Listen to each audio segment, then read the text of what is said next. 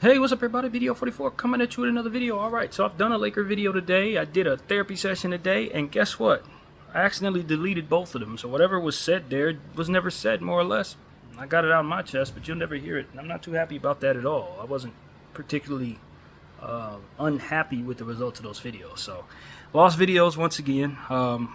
So I'll try to come back around and give you something else. I listened to Trevor Lane, it's podcast today, the Laker Nation guys, and they were more or less giving us an understanding of what is the latest going on around there.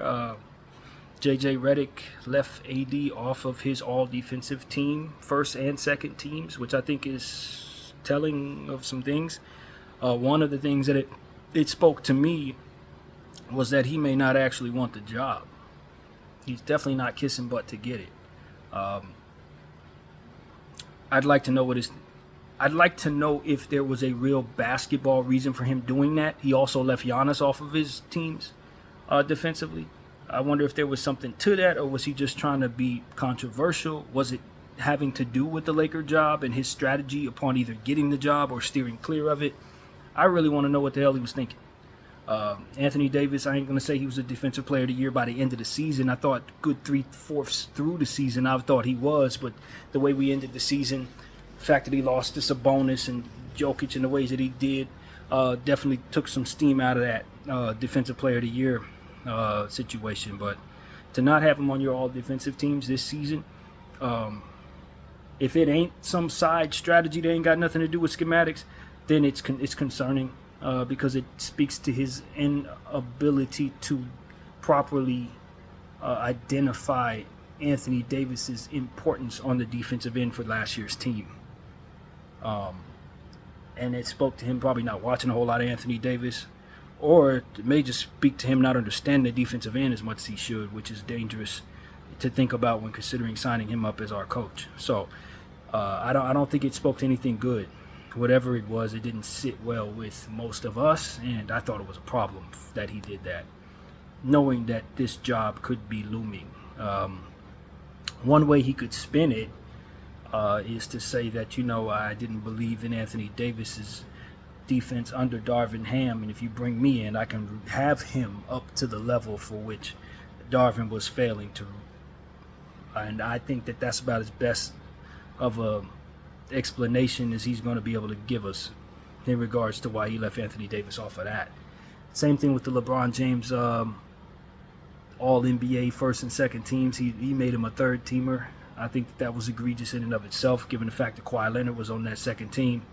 I thought Kawhi had a really good year, but to say he should have been above LeBron James this season, as far as all NBA teams, I don't think that's the case. I thought that was pretty disrespectful to the king, to be honest with you. So the fact that JJ Redick was one of the reasons why that was, his official votes put that in position. He's supposed to be hired as a Laker coach. I don't think it speaks well to how they're going to get off to a good start there. I don't know. I'm sure he and Bron have had conversations about that, but he's going to have conversations with AD as well. And I don't think JJ is signaling to me that he's serious about this damn job when he votes that way. That speaks to something entirely different. So I don't know, man. He's gonna have some uncomfortable conversations he's going to have, because he put the likes of KCP, Derek White, who else? Bam Adebayo, Gobert, all of these people he put on the defensive team above Anthony Davis. And I don't. Wemby, of course. Wemby and Gobert, Bam, maybe you can get away with that. But everybody else on that list afterwards, it's like you don't understand what Anthony Davis is doing for the defense of this team. When you say that those guys, KCP was a beneficiary of Anthony Davis's defense when he played for the Lakers. And nobody was fooled into thinking that KCP was a more important defensive player for the Lakers at that time than Anthony Davis. Nobody would have said that. And I don't think anybody who's serious is going to actually say that. So I'm trying to figure out, what was JJ Redick's intentions in saying that and voting that way, officially voting that way, with the votes given. And is he ready to have those conversations? Because they're coming. And we won't forget it, man. So I don't know. I didn't sit well with me. It don't sit well with me. It's weird. It's awkward. It's out of left field. It speaks to some weird opinion that I don't understand nor appreciate, honestly. And if that's where we're getting started, then I can see we're gonna have problems. That's what comes to mind. I'm just being honest. So yeah, it's just weird, man. But what else is going on out there? Okay, so we're talking about Darius Garland and the potential of Zach LaVine now being rumors being thrown back out there. Zach LaVine was shown sitting next to Bron and AD, or kind of slapping hands with him during some get together for basketball. It might have been Bronny's LA workout. I'm not really sure exactly what the situation was, but they were in a basketball setting, and Zach LaVine was coming through to sit with the guys. So, he's wanted to be a Laker for a while, but as long as he's on that contract, that's a no-go for me. And I have a feeling that the franchise feels the same way. I don't think it's a good chance we acquire that contract unless something else is coming with it that really sweetens the deal and makes some sense. I just don't. Him coming off of surgery and having a contract that pays him as much as it does is a bad decision for me. I like the idea of Zach LaVine when he's healthy, but I don't know Zach LaVine to ever be healthy. So if he were on a contract that was more fitting for what it is I expect him to do, then I would feel great about bringing in the potential of what he could bring when he's healthy. But at that price, nah, I'm good. There's no way I'm okaying that. No way.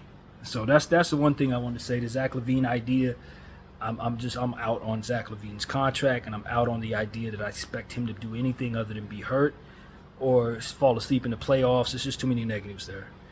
I was listening to those guys talk about Laker Nation talking about if we bringing in DeJounte Murray and how much we'd be willing to give up for DeJounte Murray if we had to throw in Austin and D'Lo and maybe a first-round pick, or maybe Austin, D'Lo, and maybe D'Lo and 2 first-round picks instead, and maybe something like that.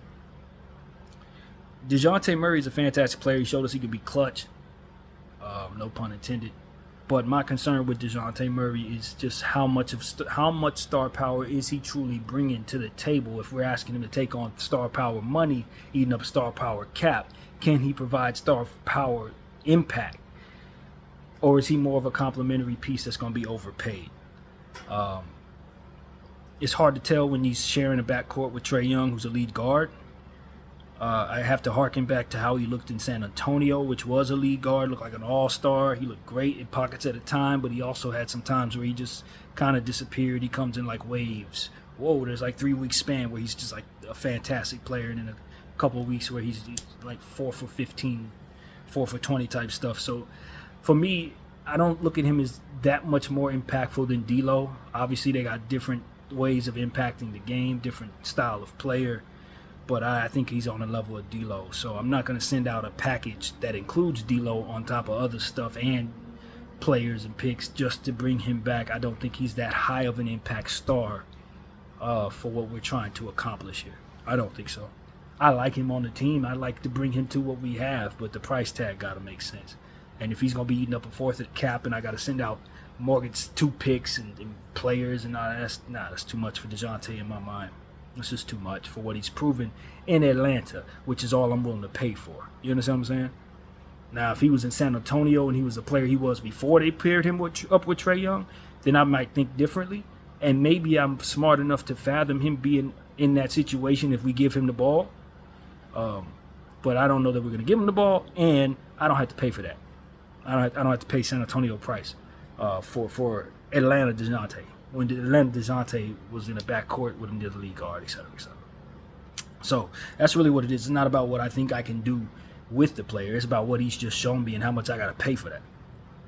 I'm not paying you for what I'm turning him into. I'm paying you for what you just showed him to be, Atlanta. So that's why I'm probably out on DeJounte. I think he's going to cost too much at this point.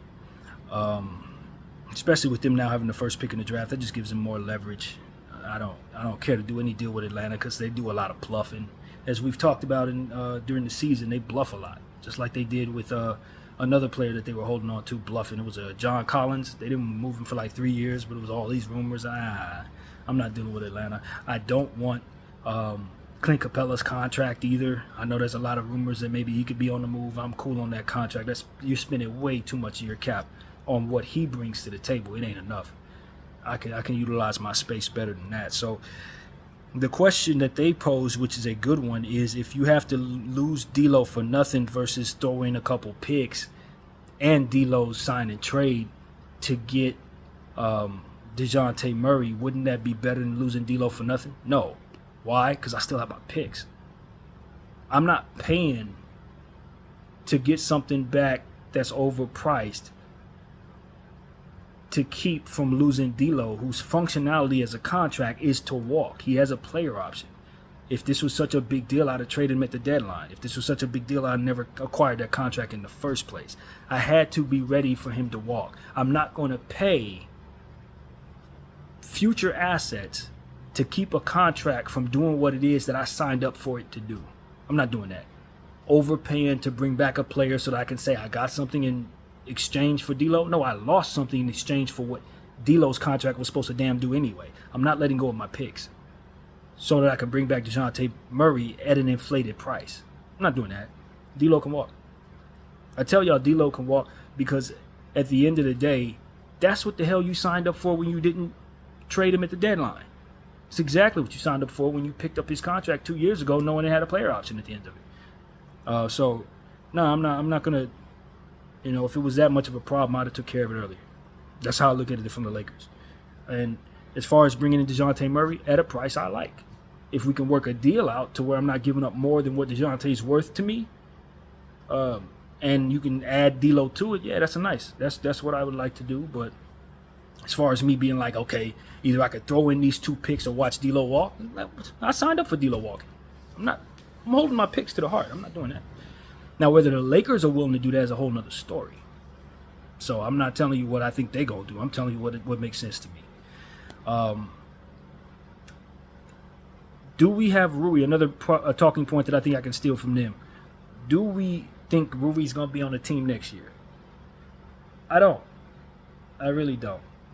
Sean Davis, I always forget his name. I finally remembered it. Sean Davis of Laker Nation brought up all the points that I said that I think of when I consider Rui.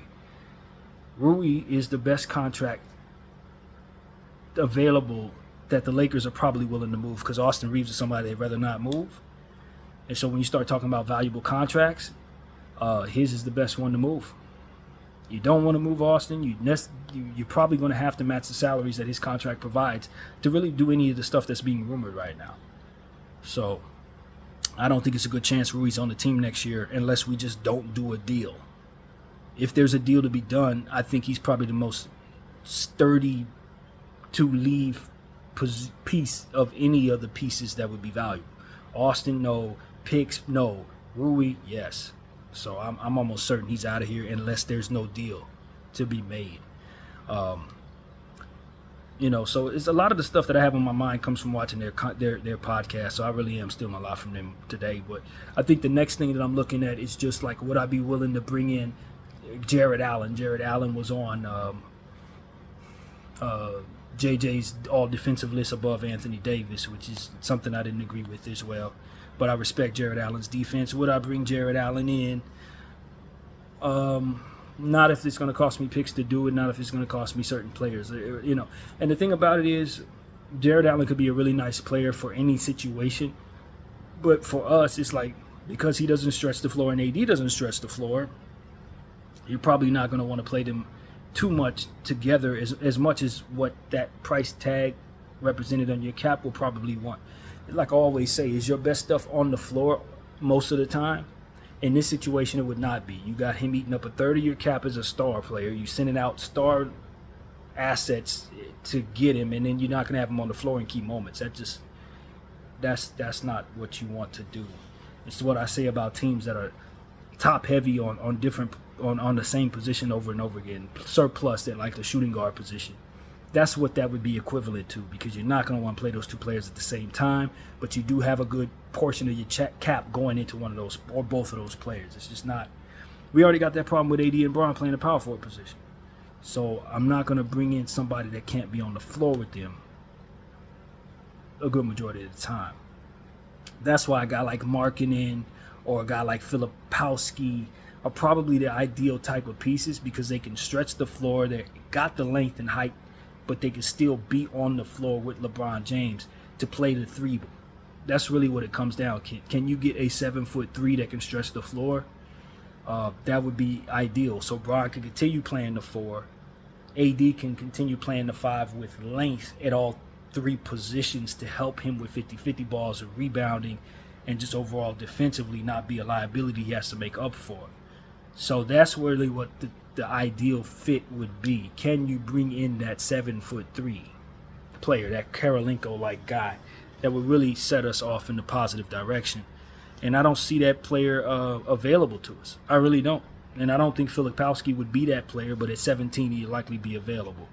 So, can we get a Markkanen? Do you give up a pick or two to get Markkanen on top of Rui Hachimura and Austin Reeves? For the sake of the fit, you may consider it. Me personally, I don't think Markkanen is reliable enough to stay healthy for me to send that much out. I'm just being honest with you. I've seen him have far too many injuries over the years. The elbow injury that lasted a million years.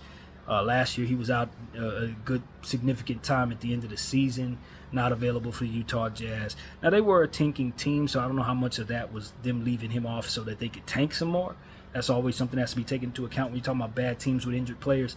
But at the end of the day, do I expect Markkanen to play 75, 80 games? Hell no. Never. Never would I bet on that. I got him playing 55 games max. So, no, I'm not going to send too much out. It's almost like DeJounte Murray. Yeah, is he a star? Sure. But I'm not going to send out what I think I can turn him into type price tag. I'm sending out what you proved last year price tag. And to me, that don't require me to give up as much as what Utah is definitely going to ask for. So, no, I'm in on bringing him in. I'm out on what it's going to take to get him. Absolutely not.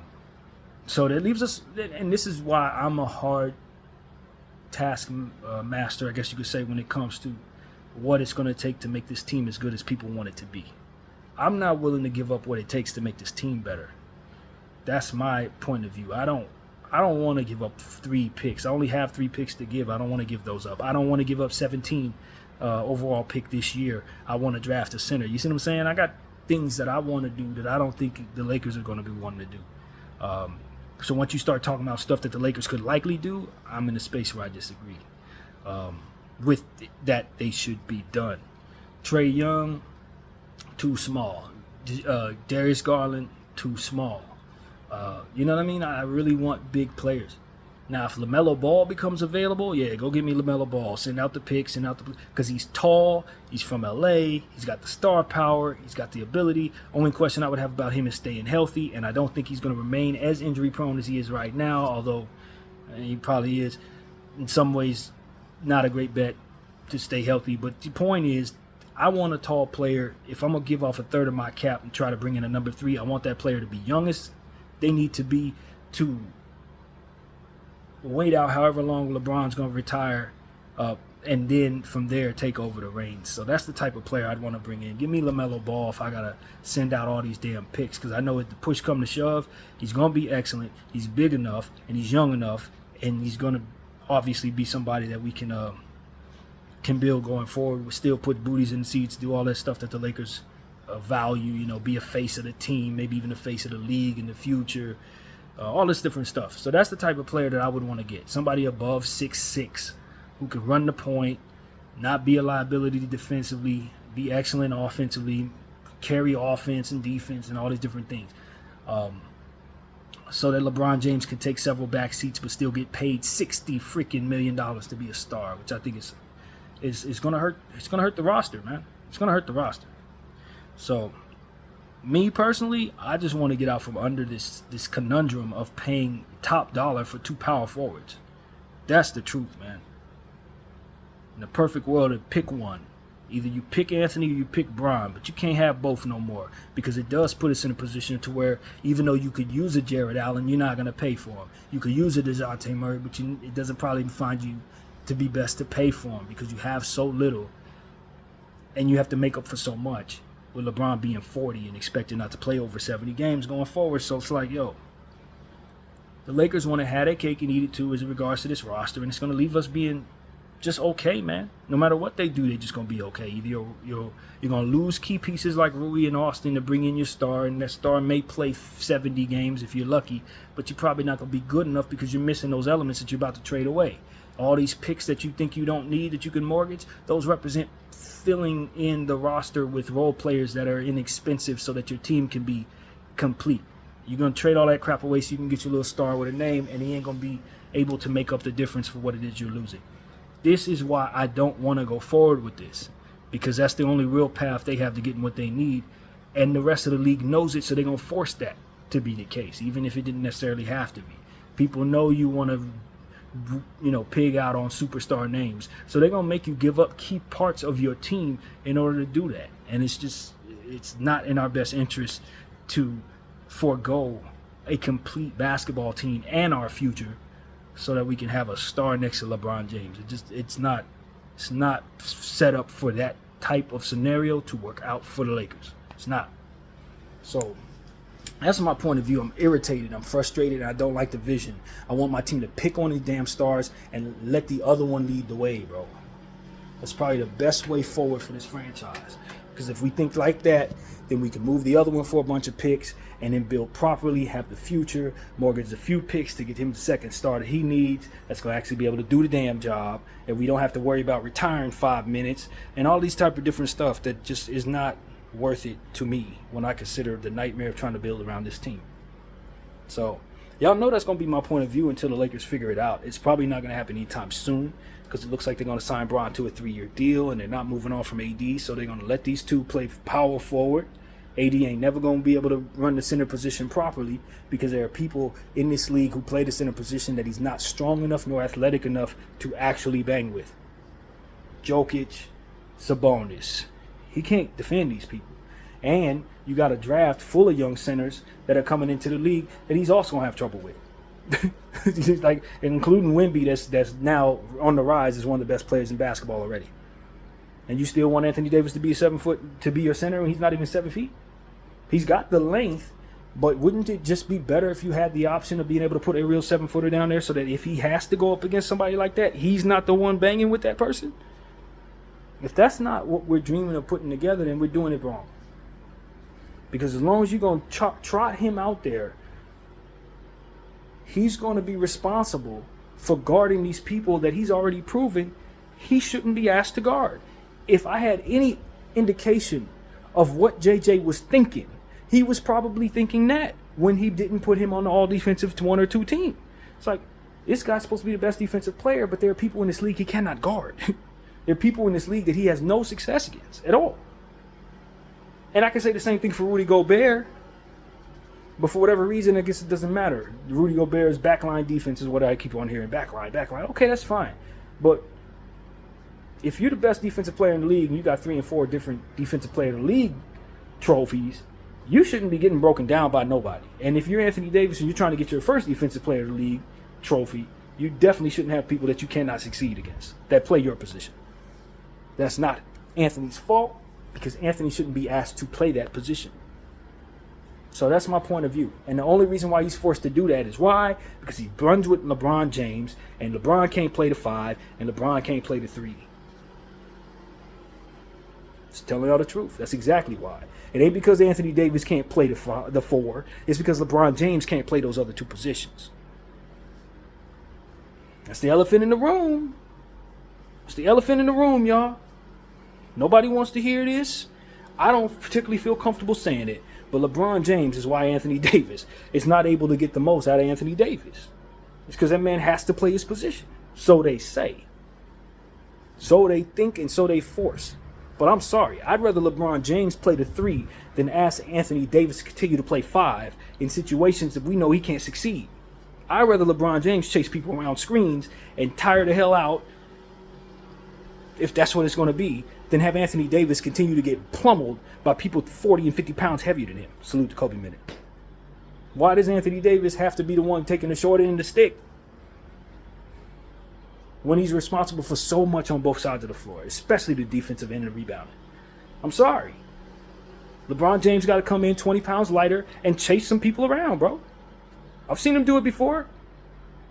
It ain't nothing for him to lose weight and get faster. I've seen him do it. So I don't really want to hear that, man. I'm moving him back to the 3, so I don't have this damn problem. And if it don't work out, then I know who I need to move on from. This is very simple. That's the attitude the Lakers need to have, and that's why I don't necessarily want us mortgaging everything around LeBron James, because on the basketball floor, you can do it for your organization, but on the basketball floor, you're taking the opposite stance of what would actually help you.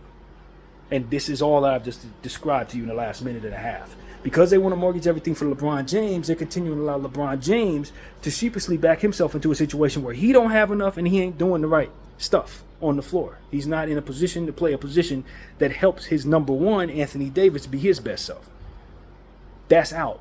If I'm valuing things properly, I'm going with the younger guy who does more, who affects winning more. That's Anthony Davis. I'm going to make sure Anthony has everything he needs so that he can go forward as the player that I'm building around, because that makes a lot more sense.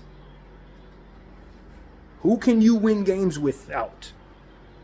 You can win games without LeBron James. Who can you not win games without? Anthony Davis. So why are you doing everything for LeBron James? Does LeBron affect winning in that way? Of course not. Of course not. And this is why this front office, if they don't adapt to what I'm saying really quickly, they're about to back themselves to a situation where it's their fault things don't work out, because they're doing things backwards. And Clutch, both of those are your clients. So I'm not interested in y'all doing everything for Bron. AD's your client too. You understand what I'm saying? You're putting him in a bad situation when you got him on the basketball floor taking the short end of the stick for the old guy, when that doesn't actually work on the basketball floor. If it worked and you could choose either or, then fine, you can go with LeBron. But if it don't work and we have real schematic issues because of it, then you're hurting our team.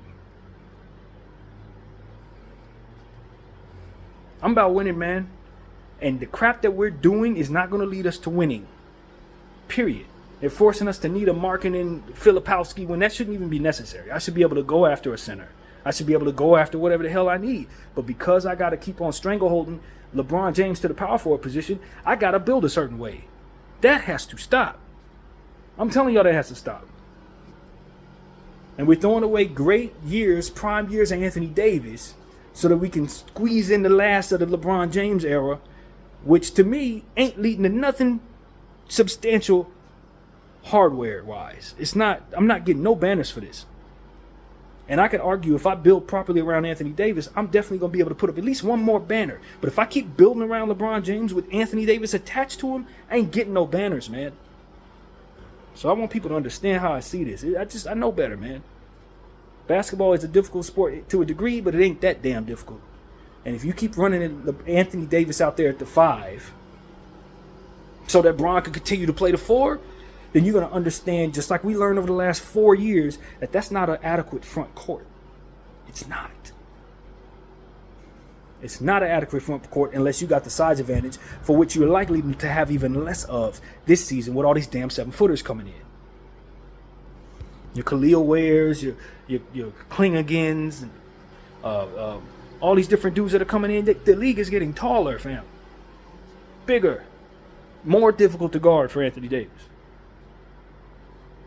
So I'm not moving 17. I'm bringing one of those players to me. That's what I'm doing. I'm not moving 17 so I can get some dude that's likely going to want to be a free agent and sign here any damn way in a couple years. I'll wait that out. I'm going to continue to bring myself the role players on the cheapest, dirt cheap rookie contracts possible. You understand what I'm saying? As hard as it is to get a damn center, you can get one in the draft right now at a dirt cheap price. I'm going to definitely play that up. On the offensive boards alone, some of these dudes are good enough to play that up. And I'm bringing that player to me, rather than to play a premium for him like Jared Allen and then have him sitting down eating up half of my damn cap. Hell no. That center position, the weakest position in the league, needs to be the cheapest position on your roster.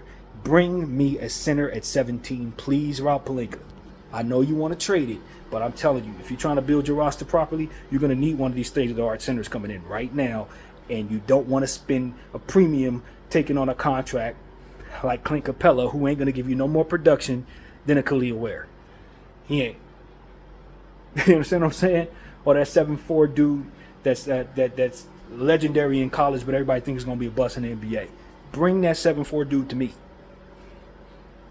Okay? And then we don't have to worry about all this. Anytime we got issues like that, we going to just move Anthony Davis to the 4, bring that guy off the bench and give him 30 minutes that night. And he's going to be able to use his 6 fouls, his offensive rebound, and his scoring ability to get the Jokic's and the Sabonis's and all these people in some trouble. And then when we put Anthony Davis on them when dudes sit down, they're going to be a little more tired than they ever would have been last year because they had to deal with 250 pounds of man. I'm telling you. 17 goes center for me. And it's going to be somebody available. Probably that big kid that I can't think of his name right now. Yeah, the one that everybody knows is good, but nobody actually believes can play in this league because no one does back to the baskets anymore. And that's garbage. That's a garbage philosophy. Nobody plays like that anymore. So I'm not bringing the most dominant college player in the league in 17 years. No, you bring him to the league and watch him change the league when you give him the opportunity to be himself. Then the league's going to be like, well, we're back to the basket again. Yeah, I know, because he came in the league and did damage, rather. Like, that's how you have to be thinking. Don't follow people when they are saying something that's proven isn't going to work because we don't do that anymore. Anticipate the fact that whoever gets that guy, if they do right by him, going to force us to do it again. That's the logic. So that's what I'm saying, man. Back to the basket. Basketball is coming back because a lot of these dudes are going to force you to play that way on your end to get them off the court on the other end. And the shooting is still going to be available. You can just option in and out of it. But don't think for a second that it's not going to get back to that basket-to-basket style of play because it's going to draw fouls. It's going to work because nobody knows how to defend it right now. And not only that, but these guys are really efficient. Homeboy's really efficient. So, God, I wish I knew what his name was. Zach Edey. That's his name. Zach Edey's the guy I'm taking at 17. I'm going to be the team that takes him. I'm going to take him. He's going to be my 6th man. And we're going to run specialty plays that allow him to be featured at good portions of the game. He's going to be featured. We're going to be resting Bron. We're going to have AD out there. And we're going to have him out there. Or we're going to sit AD down and keep my shooters on the floor with him out there. And we're going to feed him in the post. And we're going to watch that foul trouble come to the other team like a plague. And all those people who say, we don't use back to the basket anymore. He's going to have 30 on y'all. And you're going to have nobody to guard him. I'm telling you, man. While the rest of the world is saying, Zach Edey can't play, I'm telling you, you better take that dude and utilize him properly. And leave all those who say we don't do that anymore in a position to have to adjust to you. That's a smart man's move. But anyway, that's what I gotta say, man. I'm not interested in anything that's telling me I gotta shoot from far away and forego opportunities at easy baskets when I'm looking at the NBA finals right now and none of these teams are short but the Celtics, who are waiting for the tall guy to come back. All these teams got multiple centers. Don't tell me Zach Edey can't play. Don't tell me that you can't use Khalil Ware. Don't tell me that you can't use some of them other dudes. That's where the league is headed back to. Why? Because these guys are coming in. And you got Wemby down there, 7'4", and you got, you know what I'm saying? No. It's not a short man's league anymore. It's not just a shooter's league anymore. Y'all gonna have to adjust again. In 3 years from now, when this ages well, you'll know exactly what I'm talking about. They had to adjust again. So that's pretty much my thought on that, man. What else? What else is there, man? Lakers will be doing themselves no favors if they don't realize what is coming into the league right now and how it's going to shift the league. Everybody said it's a bad draft. No, it's a center's draft. It is. It's a center's draft. So that's really what it is, man, and just in time because Wemby and Sengun and Jokic and who else? There's a bunch of other teams that have these centers down there. You're going to need to deal with them dudes. So that's really what it is. Yeah, so, you know, as far as the Lakers are concerned, man, if they start thinking like I'm telling them to think, I think they'll be happy for it. Maybe you don't get your start right now. You may be able to get that start at the deadline. Remember, keep all the elements in place that help you be a complete team. Start your season with the 2-star model. Something could potentially take place that will shake or loose a superstar by the trade deadline. Somebody didn't like how the season started. Somebody got into it with somebody. Somebody just unhappy on a certain team. Then they got to leave that team. You don't have to chase the superstar right now. It's not how you start the season, it's how you finish it. And I'm telling y'all, you want to start with all the elements necessary to match up. Then when you play up some of them guys' value, when you know if your coach is any good or not, then you can start big game hunting for the type of piece that's necessary to make you as good as you want to be. But you don't start your team incomplete, your season incomplete, with a rookie coach and then think that you're not making a mistake. That's a mistake. You start the season being able to match up with anybody, and then halfway through the season, you take some of that stuff that you play up in value and you trade it for whatever it is you want. I guarantee you the superstar is going to be worth less on the market than he is in the offseason when he can't show everybody what he's doing. You understand what I'm saying? It's going to be much easier to get Trae Young off of a rolled ankle or after a 5-4-11 week where he didn't shoot well than it is in the offseason when everybody can play his value up like he's the MVP next season. No. And the way the NBA shakes up, the way people find themselves unhappy wanting to go to the Lakers midway through the damn season, the way people be blowing up their coaches and stuff like that. Remember how you got Robert Horry? He threw the towel in Danny Ainge's face and ended up being a fantastic role player for us. We traded away Cedric Sabalas. I'm telling you, this is the NBA. That's exactly what I'm expecting, something like that to shake up for the Lakers. Because as long as you have to keep on doing things that don't benefit you to bring yourself what you need, it's telling me that the time is not right for you to be making those moves. You got to wait for something lucky to happen, and when it does, you strike while the iron's hot. Look at the Dallas Mavericks. They were able to get P.J. Washington and Daniel Gafford at the trade deadline. Do you think they would have been able to get those guys if they tried to make those moves before the season started? Hell no, they wouldn't. Hell no, they wouldn't. It wasn't possible. But if you wait, strike while the iron is absolutely hot, wait for that one superstar who's sick and tired of being on this losing-ass team. I want to go play for the Lakers. Go get him then. Go get him then. Especially when you have a rookie coach and you don't know what he can do. You can bring yourself all this expensive crap and then find out your coach is garbage. At least or find out that your team was not good enough to compete in the first place. Then you got the unhappy superstar wanting to leave you with the deadline. Don't let it happen. So that's what I'm saying, man. I'm trying to be smart. I want to be smart. You don't want to overthink what it is I just described because things could very well not work out for you. But I'm telling you, it's always a guy. It's always a James Harden who suddenly wants to go to the Clippers halfway at the beginning of the season. The Clippers couldn't get James Harden in the offseason, but they could definitely get him 3/4 into the season or whatever the hell it was. 3 weeks into the season, they were able to get him. Why? Because suddenly he decided he didn't want to be a Sixer anymore. Boom, now you can get him. So that's what I want to see Rob Pelinka consider. All this crap he's trying to do in the offseason, mortgaging so much of our future. Don't spread yourself so thin with the need to bring in something so that it can play an entire season on this contract. See if the guy can get healthy through the season. See if Trae Young can have the type of season that's worthy of us trading for, or if he's going to have a season that maybe will force the Hawks to want to move him even further. Maybe they trade him in the offseason. Maybe they don't. But I don't need him that bad to where I'm chasing him. You know what I'm saying? Donovan Mitchell, obviously you expect for him to get moved in the offseason. I think he's a little different when considering this type of thing. But some of these other guys like DeJounte Murray, Zach LaVine, I need to see Zach LaVine play 40 games before I go acquire him. So there's no way I'm moving to get him in the offseason. If he looks like himself at the deadline, I'm going to go and get him then. Now, it may cost me a little more. That's the risk. But the likelihood of him not being worth that or him not even being able to make it through the first half of the season, I don't want that done in my uniform. I ain't trying to be the guy that ends up holding the bag with a Zach LaVine contract. So this is the type of stuff I'm looking at. It's like, yo, I want to see how these dudes look before I get them. Literally.